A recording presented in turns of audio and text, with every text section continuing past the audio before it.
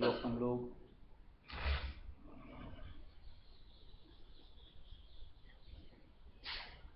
नित्य में नॉर्मल जिंदगी जीते हैं, इसमें हम लोग किसी को अपने के लिए मदद के लिए कहीं पुकारते हैं रोजमर्रा की जिंदगी में। लेकिन कहीं जिंदगी में कोई अड़चन आती है, झमेला आकर के पड़ता है, कहीं ऐसा लगता है चारों तरफ से घिर गए, अब निकलने का रास्ता नहीं, तो इंसान को कोई ना कोई मदद जरूरी लगती है। तब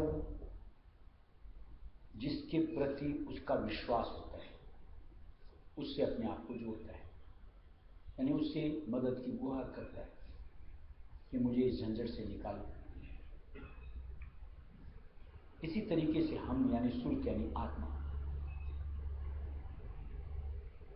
जब तक हम लोगों को वास्तविकता या यूं को जो यहां की संरचना के हिसाब से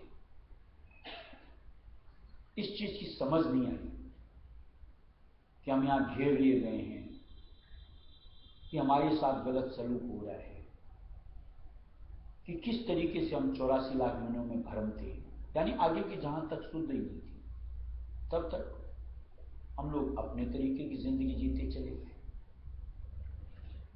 यानी भाई खूब आराम से मजे उड़ाओ, जिंदगी मिली है, 9 द्वारों का पूरा रस मिल रहा है, पूरी तरीके से छूट मिली हुई है, आराम से जिंदगी में भोगों में, माया में, घर प्रयस्त में, हर चीज में ऐसे उलझते उलझते ऐसा लगता था कि ना कि धर्म की कि कोई सच्चे गुरु की हमको जरूरत नहीं है। और कहीं मान लो किसी धर्म से कोई जुड़ा हुआ भी होता है तो निश्चित तौर से उस परिस्थिति से निकलने की उसकी चाहत की, कहीं उन धर्म से जुड़ने में कोई भावना नहीं होती,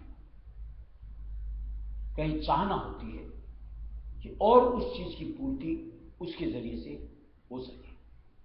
जैसे मान लो कोई इष्ट को ध्याता है, हिंदू धर्म वाले अपने हिसाब से, मुसलमान वाले अपने हिसाब से, सिख धर्म वाले अपने हिसाब से, क्रिश्चियन अपने हिसाब से, जैनी अपने हिसाब से, उनकी अवधारणा भी अपने इष्ट से उन्हीं सब की और बढ़ोतरी के निमित्त होती है, यानी उनमें और घिरने के निमित्त होती है, न कि उबरने के निमित्त। ऐसे में अगर संतों का साथ मिलता है, सत्संग मिलता है, समझ आती है, और जब इस चीज का एहसास होता है कि हम जीव को यहां पर इस तरीके से घेराबंदी करके अटका लिया गया, घेर लिया गया, तब कहीं अंतर से एक चाहत का स्वरूप बनता है कि कोई तो हमको मिले जो इस जंजाल से निकाल बाहर कर सके। ऐसे में गुरु की तलाश होती है, उनकी जरूरत महसूस होती है, और तब कहीं जाकर के हम उनकी मत को चित्त धरते हैं और उस अनुसार बरतते हुए अपने आप को उस झमेलों से यानी उस घेराबंदी से बाहर निकालने का जतन होता है। अब हम लोग जो सत्संगी के बतौर जुड़ चुके हैं, मालिक की दया कहो कि सत्संग मिलता है, वचन सुनने को मिलते हैं मालिक की, एक खटक आती है। अब उस वचनों को, मालिक के संग को और उस खटक को जो सहेज लेता है, यानी मन में एक विचार कर लेता है कि अब तो इस तरीके से ही जो मुझे सुझाया गया, बढ़ते हुए इस घेराबंदी को निकाल बाहर फेंकना है, यानी अपने आप को उससे निकालना है। वो तो फॉलो करता चला जाता है। और कई ऐसे सत्संगी भी होती है कि आज सचेतना मिलने के बाद भी मन नहीं बनाते कि हां इस तरीके से बढ़ूं कि माया से आजाद हूं, कि भोगों से कहीं अलग करूं, कि आज जैसे मान लो किसी चीज के प्रति ज्यादा हमारा रुझान हो रहा है, एक समझ आए कि हां ये मेरे लिए गलत है, तो मालिक से जतन लेकर के इस रुझान से मैं कैसे अपना कंट्रोल कर सकता हूं, समझौती ले, और समझौती लेकर के उसमें अपनी कमी करता हुआ उसे छुटकारा पाए। ये समझ बिरलों में होती है। और इतना समझ लो कि जब तक कहीं से भी अपने आप को नहीं फेरेंगे, यानी ये जो घेराबंदी डाली गई, अगर हम उसी तरीके से, जिस तरीके से डाली हुई है उसी अनुसार बरतते चले गए, तो कभी भी ताज जिंदगी को निस्तारा नहीं होगा। यानी एक खटक चित्त में समानी चाहिए कि जो सत्संग से सुनते हैं, जिसमें चाहे विकारों का बर्ताव कर दो, चाहे भोगों का बर्ताव कर दो, चाहे परिवार के संग का बर्ताव कर दो, तीन ही चीजों के वश होकर के जीव उलझता है। तो बतौर सत्संगी मन में एक विचार बनना चाहिए कि मुझे इस उलझन में अब और नहीं उलझना।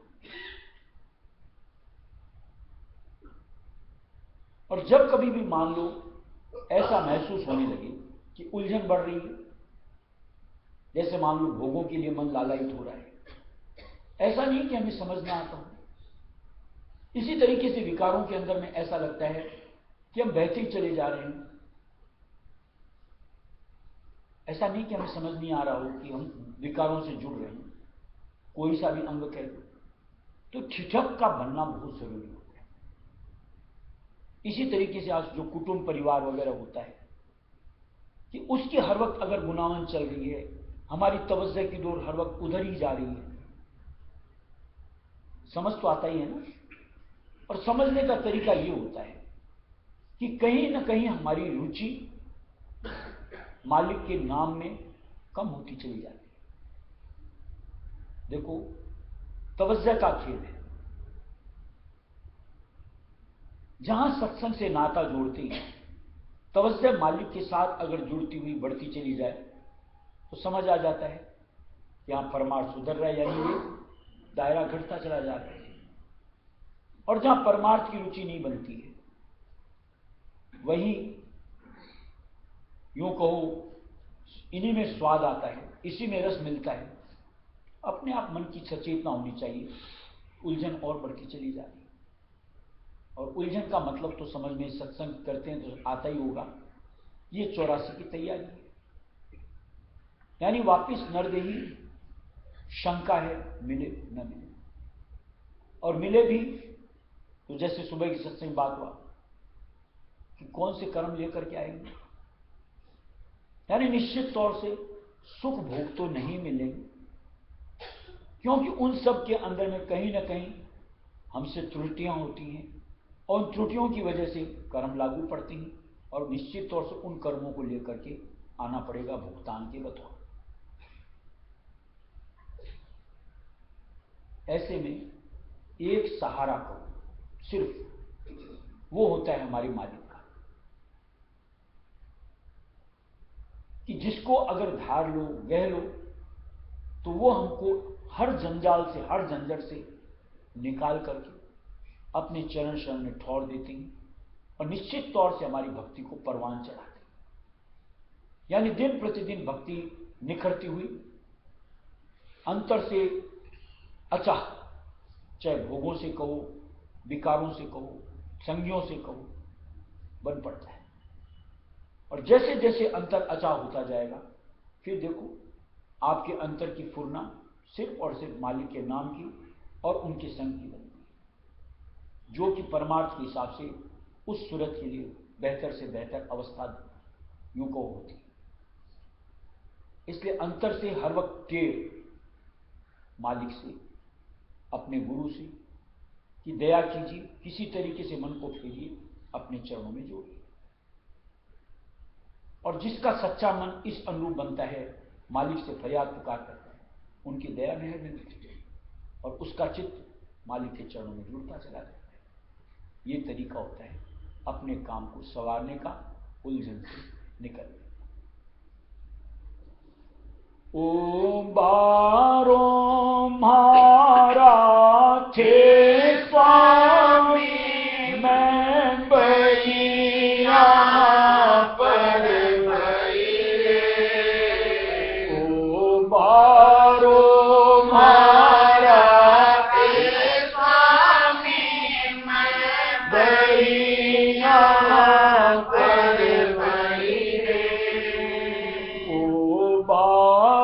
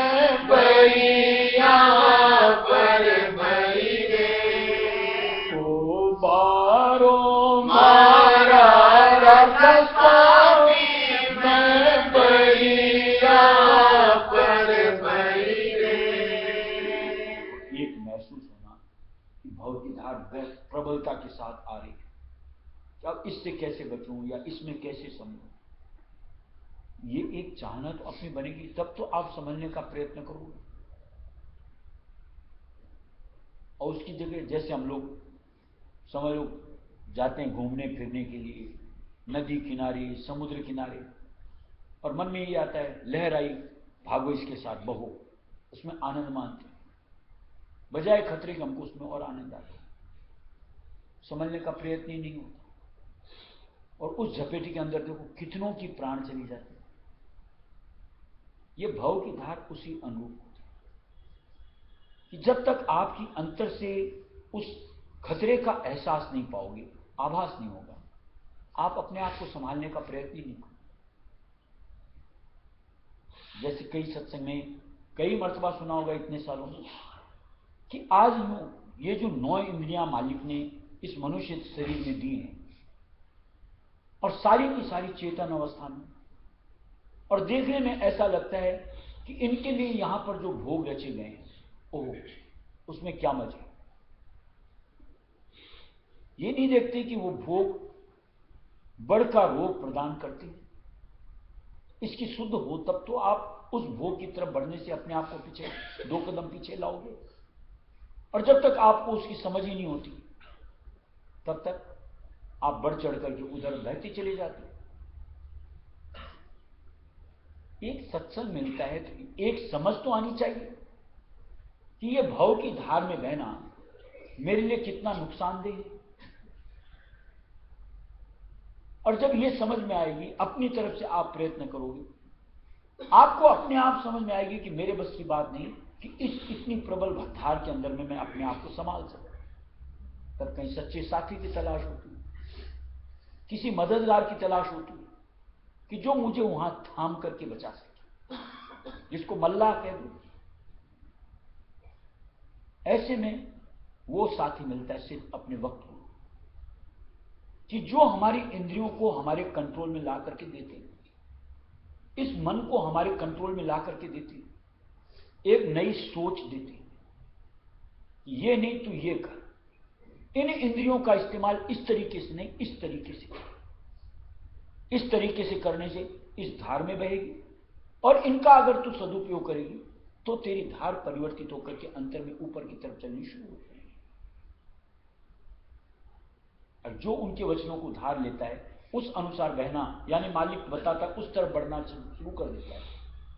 अपने आप इनसे जो इधर जो रस मिलता था उससे बढ़कर रस उधर मिलना शुरू हो जाए, अपने आप इधर से निरस्ता हो जाए।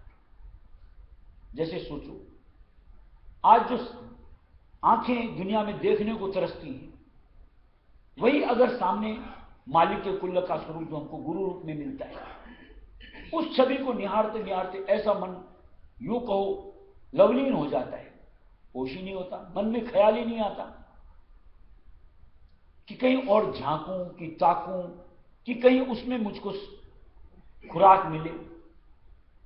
और इसका प्रत्यक्ष प्रमाण देख लो, इस तरीके से दिखता है। या मान लो यहां पर रहते हुए 1.25 महीना करीबन हो गए, मन में नहीं आता कि कोई टीवी चला करके देखा जाए।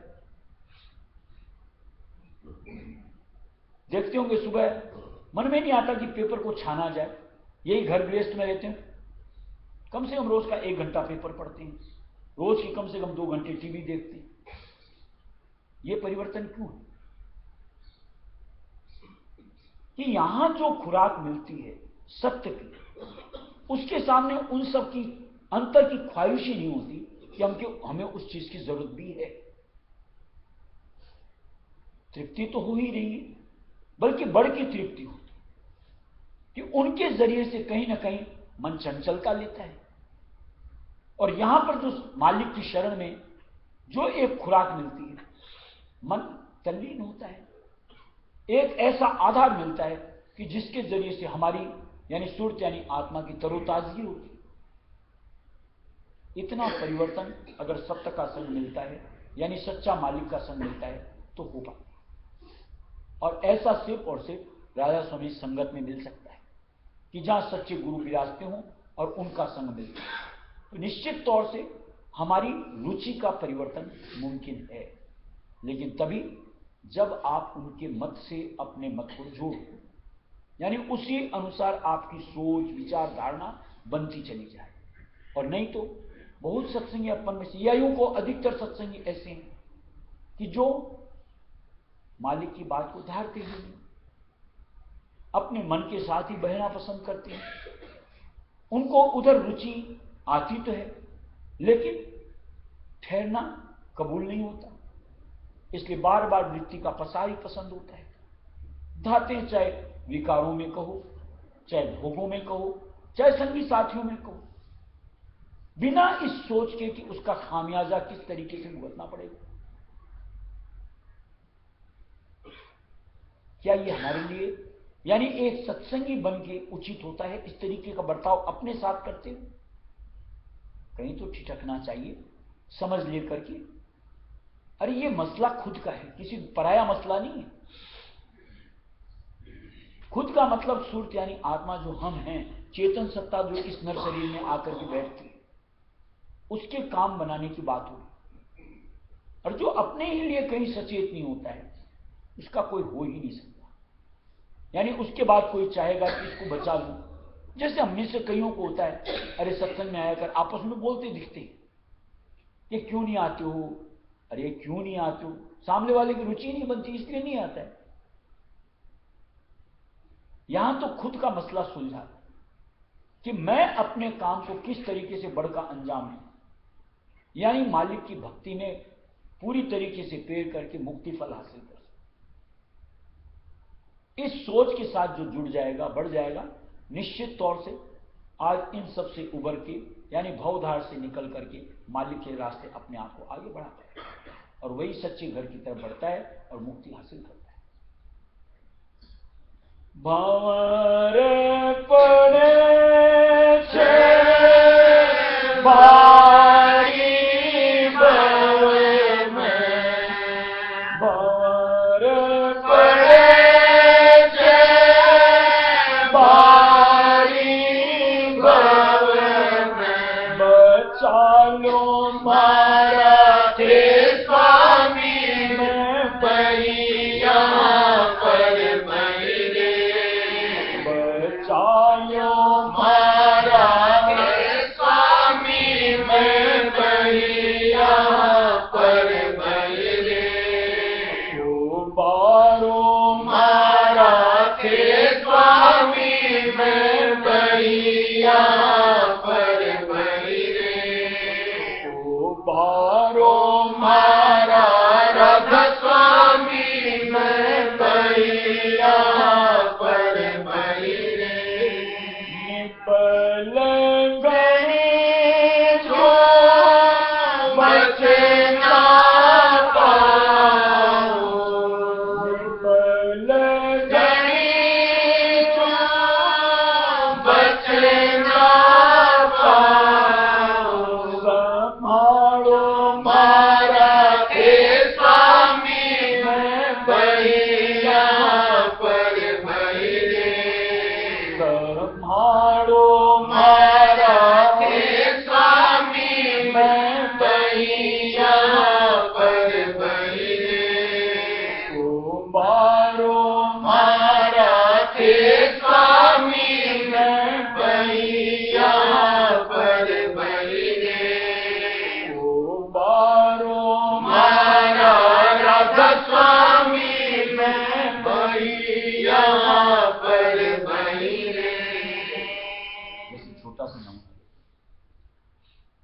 बार हुआ था ना, भगत जी को ऐसे गिर गए थे, इनको उठाने का प्रयत्न किया, उसका धक्का दिया, हट मैं अपने आप उठ जाऊंगा। जब तक जैसे आपके पीछे बैठे महानुभाव, उनको बोलो थोड़ा सा लो मेरी मदद दे, हट। यानी जब तक अंतर में अपने ऐसा लगता है मेरे में बहुत बल है, तब तक किसी की मदद की चाहना ही नहीं बनती। और जहां अंतर से ऐसी फीलिंग आ जाएगी मैं तो निबल हो गया, तो निश्चित तौर से एक साथी चाहिए। यहां की जो व्यूह रचना है काल मुल्क की, वहां पे हमारी यूं को ताकत को इस तरीके से क्षीण कर दिया जाता है कि पूरी तरीके से ऐसा कर दिया जाता है कि आपकी तो औकात ही नहीं। किस चीज से? कि आप अपनी तवज्जो को समेट करके यहां तक अपने आप को ला सको, कि अपना घाट आप हासिल कर सको, कि चेतनता उल्टा करके आप अपना ही संग करो, ऐसा भी आपको नहीं छोड़ा जाता। यानी कौन कौन सी इंद्रिय के वशीभूत इस तरीके से हो जाता है कि उसकी चेतनता वहां से रिस करके पूरी तरीके से कंगाल हो जाता है। ऐसे में मुमकिन ही नहीं हो पाता कि बैठ करके तवज्जो इकट्ठी करूं, आज्ञा चक्र पर आकर के मालिक के साथ जुड़ करके अपने आप को ऊपर की तरफ रवानगी दे पाऊं। लेकिन यह भी तब पता चलता है कि जब कोई सच्चा साथी मिले, सच्चा रास्ता बतावे और हम उधर बढ़ने का प्रयास करें, तब लगता है कि यार मेरे से तो हो ही नहीं रहा। तब लगता है कि यार कहां रिस गई चेतनता, किधर बह रही है, किधर जा रही है। यानी एक तरीके को एक क्षमता लगती है। और ऐसे में हर वक्त यूं को वृत्ति कहो, तवज्जो कहो, मदद के लिए अपने गुरु के साथ जुड़ते कि मालिक दया करो, इधर से जिधर से मेरी चेतनता से रिस रही है, दया करो कि उसमें से मेरा बहाव कम हो, और उधर से बहाव कम करने के लिए मालिक की जो समझौती मिलती है, हम उनके साथ बढ़ करके जुड़ते हैं। जितना आप अपने गुरु के साथ अपने आप को जोड़ पाते हो, आपकी तवज्जो जिधर से बढ़ करके रिस रही होती थी, अपने आप थम जाती, वृत्ति परिवर्तित। और फिर जैसा कि हम लोगों को उपदेश में बताया जाता है, एक नाम राजा स्वामी और एक अपने गुरु स्वरूप को अंतर में रख करके अपने आप को उधर लाने का प्रयत्न करो। यानी घट में से निकल करके अपने आप के स्थान पर आने का प्रयत्न करो।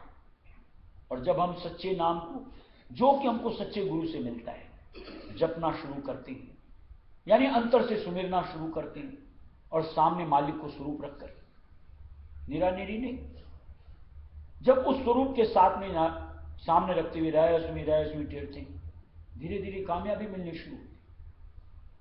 यानी कहीं ना कहीं वृत्ति थमती है, दो नाम धीरे धीरे बढ़ते हुए 5, 10, 50, 100 और धीरे धीरे अनवरत ये मुमकिन बन पड़ता है। और इसको मुमकिन बनाने में कहीं ना कहीं अपनी चाहत सबसे पहले जरूरी है।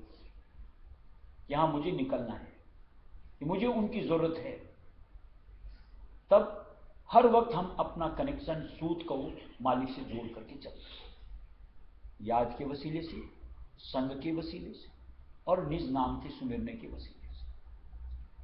ऐसे हम अपनी संभाल करते हुए निश्चित तौर से अपना निदान कर पाते हैं।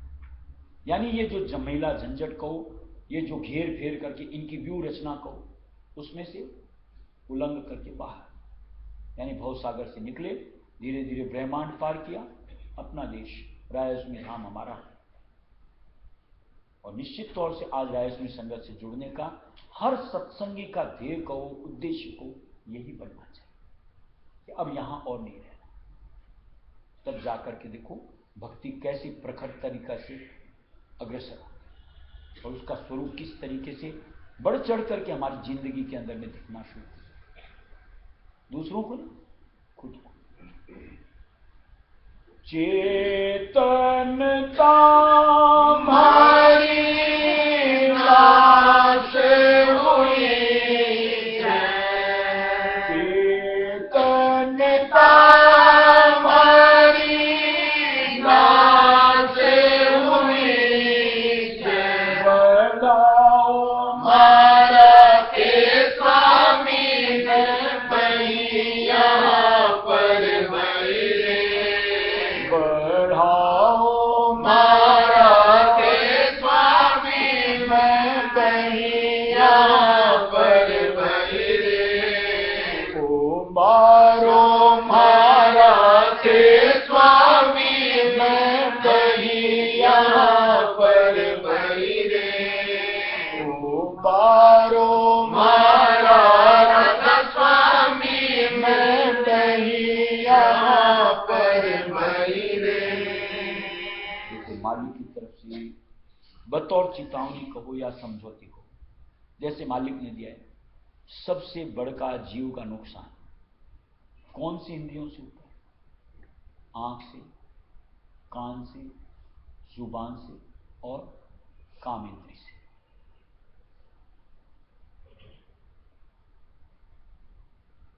बचना है तो इन चार को अपने बस में लाने का प्रयत्न करो।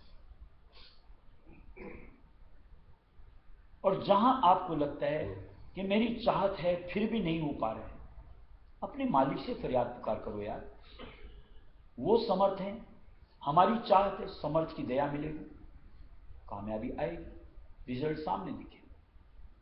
जैसे मानो हमारी चाहत है कि मालिक की भक्ति बढ़ चढ़ करके करें, लेकिन क्या करें, नींद बहुत आती, हम कंट्रोल करना चाहते हैं। जैसे कई सत्संगी हम ऐसे बोलते रहते हैं कि अलार्म भी लगाते हैं, फिर भी 2 अलार्म लगाते हैं, 4 अलार्म लगाते हैं, फिर भी नहीं आंख खुलती। पहली बात तो देखो, सबसे तो पहले दृढ़ कल्पना इतने बड़े लक्ष्य के लिए अंतर में बनानी चाहिए।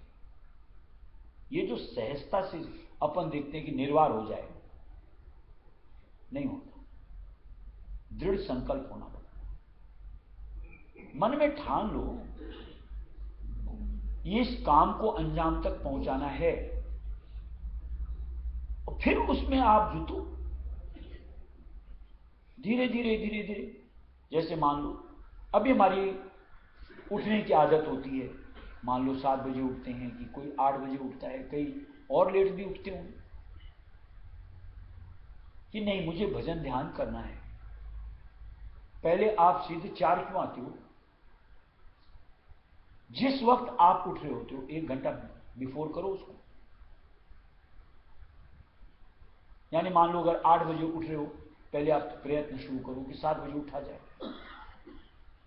8 बजे उठ करके आपकी दिनचर्या आपकी जैसे आप चाह रहे थे वैसे निपटी थी ना। आप 1 घंटा पहले उठे, आपके हाथ में 1 घंटा प्लस हुआ, उस 1 घंटा का सदुपयोग आप अपने लिए करना शुरू करो। वो समय आप दुनिया को मत दो। ऐसा नहीं कि 1 घंटा पहले उठे और वही हाथ में चाय और पेपर लेके बैठ गए, समय को ऐसे ही जाया कर।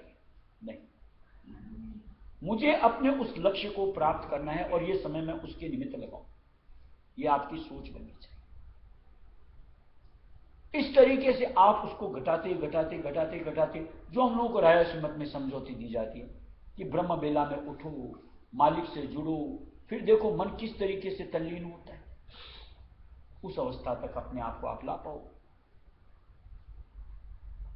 ऐसे मान लो कोई दूसरी इंद्री में कि आपका बर्ताव बहुतायत के साथ होता है, हर जगह से आप मन में ठान लोगे कि नहीं मेरी नुकसान इससे ज्यादा हो रहा है। आप मन में ठानोगे, प्रयत्न शुरू करो, मालिक की दया जोड़ो, धीरे धीरे धीरे धीरे देखो आपका मन मालिक के नाम में रमना शुरू हो जाता है। और जहां मालिक के नाम का रस मिलना शुरू हो जाएगा, दूसरी तरफ आपकी वृत्ति अपने आप चाहेगी ही नहीं कि मैं उधर झांकूं, उधर बहूं, कि उसके जरिए मैं अपना और नुकसान करूं। यानी अपने आप हमारी संभाल हम अपने आप करना शुरू करेंगे। और चूंकि मालिक की दया साथ जुड़ी होगी तो निश्चित तौर से उसका बड़ा आनंद भी आए। ये चाहना बने तब मुमकिन होता है। और जहां अपनी चाहना नहीं होती है। कि जैसे मान लो कईयों को भजन ध्यान के लिए हर वक्त टोका टोकी भी करते हैं, अरे कुछ थोड़ी देर बैठा, सोचते ही नहीं कि मुझे बैठना भी है, इसलिए लंबी तान के सोते रहते। जिस दिन ये समझ आ जाएगी कि ये मेरे नुकसान का कारण है और ये जिंदगी ऐसी जाती जा रही है और अब नहीं किया तो फिर हाथ मल मल के पछताना पड़ेगा, और उसके बाद चाहे वो वचन याद आए, लेकिन उस वक्त काम नहीं। उस वक्त तो उस दरमियान जो जो कर चुके वही हमारे साथ जुड़े और वो भुगतना है। तब कहीं जाकर के मन सकुचाहट डरता है, यानी कहीं न भयभीत होता है ना। अब तो और कलेश नहीं सही, और काष्ठा नहीं बर्दाश्त करे, अब तो सिर्फ मालिक की शरण में जुड़ करके भक्ति का आश्रय। तब हमेशा अपनी तवज्जो हर बात के साथ जुड़ती हुई अपने परमार्थ को सुधारती चली जाती है, और तब जाकर के निश्चित तौर से खरी सत्संग लगती। ये तो तरीका होता है अपने काम को अंत तक पहुंचाने, यानी परमार्थ के जरिए से मुक्ति पथ तक को प्राप्त करने। और जहां तवज्जो मालिक के वचनों पे नहीं ठहरती, अपना हित नहीं चाहती, तब तक यही जो बर्ताव आज तक बरतते आए ऐसे ही जारी रहेगा। चाहे किसी को 2 साल, कोई को 5, किसी को 10, किसी को सारी जिंदगी हो गई, तो क्या हुआ। इसलिए मन में एक चेत कि मालिक का संग मिला है तो कहीं तो समझ भागो यार कि ये कोई ऐरी गैरी सत्संग नहीं कि जहां सिर्फ फॉर्मेलिटी निभाने या दुनियादारी निभाने या लोगों को दिखाने हम नहीं आते। यहां हमारा आने का एकमात्र मकसद कि कहीं 2 बात पल्ले पड़े, जिंदगी का रूप परिवर्तित हो और हम मालिक की भक्ति में रम सकें, कि जिसके जरिए से अपना काम करें।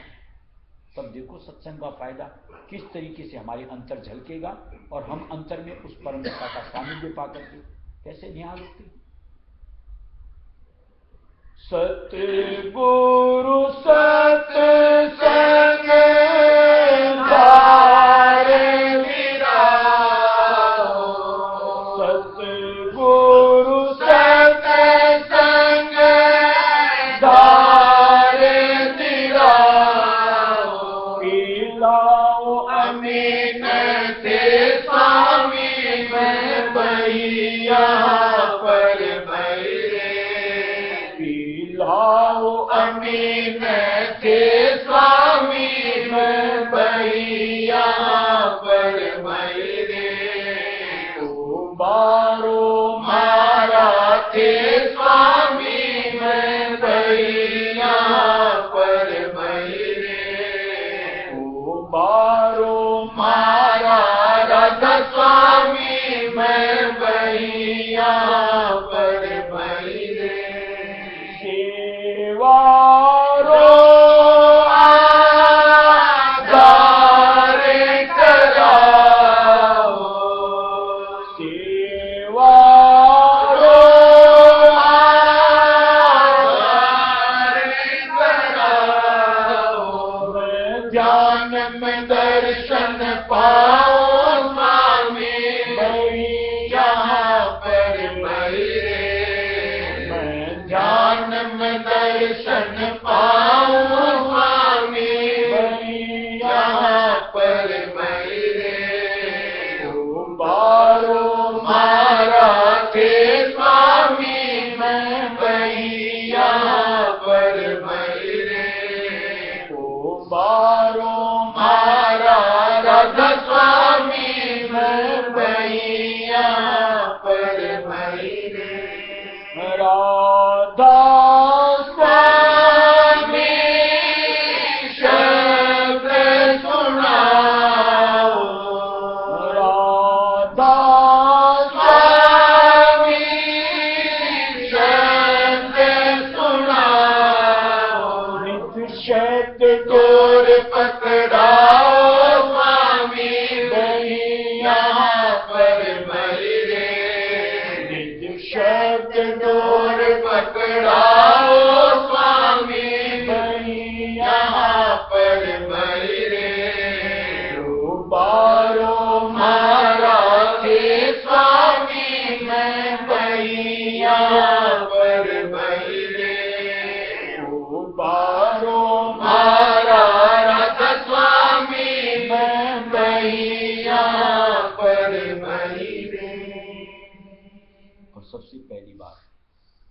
और कई सत्संग जैसे मान लो सुनने को भी मिलती है कि सबसे पहले तो विश्वास और साथ में यकीन इस अनुरूप होना चाहिए कि आज ऐसी सत्संग से जब मालिक ने नाता जोड़ दिया है वो सार्थक होगा।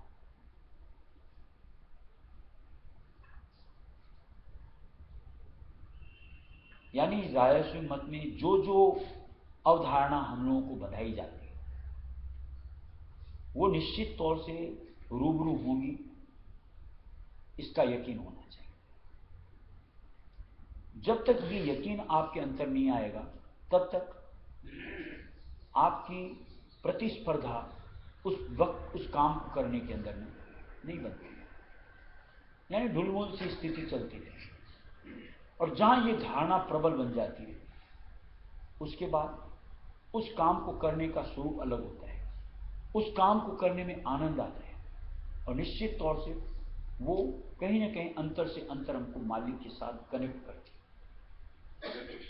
जैसे मान कल परसों जैसे कल शायद बात हुई थी सेवा की निस्बत लेकर, एक अंतर नहीं विश्वास सेवा करते वक्त कि मैं मालिक की सेवा कर रहा हूं और इस सेवा के जरिए से मैं मालिक के करीब आऊंगा।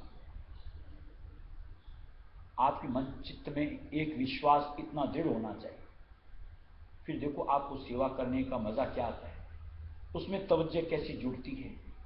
और निश्चित तौर से जहां तवज्जो जुड़ जाएगी अंतर से अंतर आपको मालिक के कनेक्शन का एहसास जरूर मिलेगा। और जहां आपको उस चीज के प्रति ये धारणा ही नहीं बनती कि सेवा से कोई मालिक के करीबी मिल सकती है, आपके करने के तरीके में देखो न तो रुचि होती है और फिर तवज्जो तो बिखरी ही रहती। यानी उस वक्त आप इससे उससे बतौलेबाजियां ही करती रहोगी और ऐसे में मान लो कहीं मालिक अपनी धार भी देगा, हम उस एहसास को ही नहीं ले पाएंगे। इसी तरीके से मानो कि जो हम लोग ध्यान में बैठते हैं, एक तो आप ध्यान में बैठ रहे हो, आपके मन में एक ख्याल तो बनना चाहिए कि मैं ध्यान में बैठ रहा हूं, आज मुझको मालिक का दीदार, एक विश्वास बना। देखें कैसे गफलत आती है, कैसे नाम छूटता है, और उसकी जगह आप ध्यान में बैठो, कुछ दिखना तो है नहीं। देखो कहीं आपका मन टिकता है क्या नाम के ऊपर, शरीर कैसे शिथिल हो जाता है, कहीं ना कहीं आलस्य प्रमाद निद्रा हमको आदबोचती है। दोनों में कर तो समय तो दे ही रहे हैं, चाहे सेवा का कहो चाहे ध्यान का कहो, लेकिन चूंकि विश्वास की कमी उसमें एक तो कहां से कहां ले आती है और दूसरी पूरी तरीके से सार्थक होती है। आज सत्संग में आ बैठती, एक मन में ख्याल आना चाहिए कि मैं मालिक की सत्संग कर रहा हूं, ऐसी वैसी नहीं। उसके बाद देखो जो हम लोगों को बैठक जताई जाती है, आसन देखे टूटे क्या देखे, मजाल कुछ शरीर ऐसे ऐसे ऐसे जो हिलते डुलते रहते हैं, गर्दन इधर उधर घूमती रहती है, नींद के झूठे आते रहते हैं, देखिए मजाल कैसे आएगा। न जाने कब उस स्वरूप में हमको उस मालिक का निराकार का यूं आकार देखने को मिल जाए, टकटकी बन जाती जिसको त्राटक कहते, और उसकी जगह क्या है, सत्संग तो सुननी है, आके तो बैठना है, जैसे तैसे हालात में आकर के बैठ जाओ, जैसे तैसे सत्संग करो, निकल जाओ। क्या पाओगे सत्संग से? कुछ सुना भी तो साथ तो बांधते नहीं, यहीं छोड़ करके बाहर बतौलेबाजी में लग जाते या अपनी दुनिया में रम जाती, क्या करते करते अरसा बिताते तो क्या होगा। यानी करते वक्त आपका विश्वास मालिक के वचनों से जुड़ते हुए की सार्थकता लेनी, फिर देखो आपका उसमें कैसा इंटरेस्ट बढ़ता है और उसके साथ कैसे कुछ ना कुछ लखाव मिलता है जो कि हमारे लिए पूंजी बनती है। ऐसी दृढ़ता ऐसा विश्वास अगर लेकर के आप मालिक की यूं को दी गई सीढ़ियों के ऊपर बढ़ते चलो, देखो मंजिल करीबी दिखेगी। यानी निश्चित तौर से दुनिया से उपरामता आएगी, भोगों से उपरामता आएगी, सिर्फ मालिक के चरण कमल में चित्त जुड़ना शुरू होगा और वहां की चाहत बढ़ती चली जाएगी। ये तो होता है तरीका कायदा परमार्थ उस निभाने। कोई निभाए और पाए, ये मालिक की तरफ की, और नहीं निभाए नहीं पाए, निकाल की तरफ। किसके ऊपर दाव खेलना पसंद करेंगे? देव राधा।